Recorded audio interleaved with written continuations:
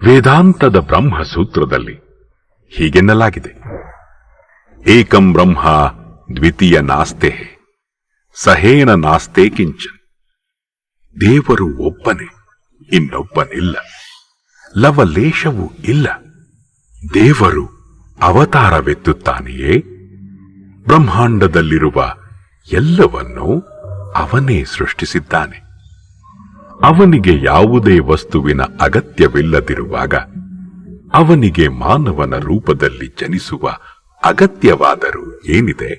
ಶ್ರೀಮದ್ ಭಗವದ್ಗೀತಾದಲ್ಲಿ ಹೀಗೆ ಹೇಳಲಾಗಿದೆ, ಅವ್ಯಕ್ತಂ ವ್ಯಕ್ತಿಂ ಮಾಪನ್ನಂ ಮನ್ಯಂತೆ ಮಮ ಬುದ್ಧಯ ಪರಂ ಭಾವಮಜಾನಂತೋ ಮಮಾವ್ಯೈ ಅನುತ್ತಮ.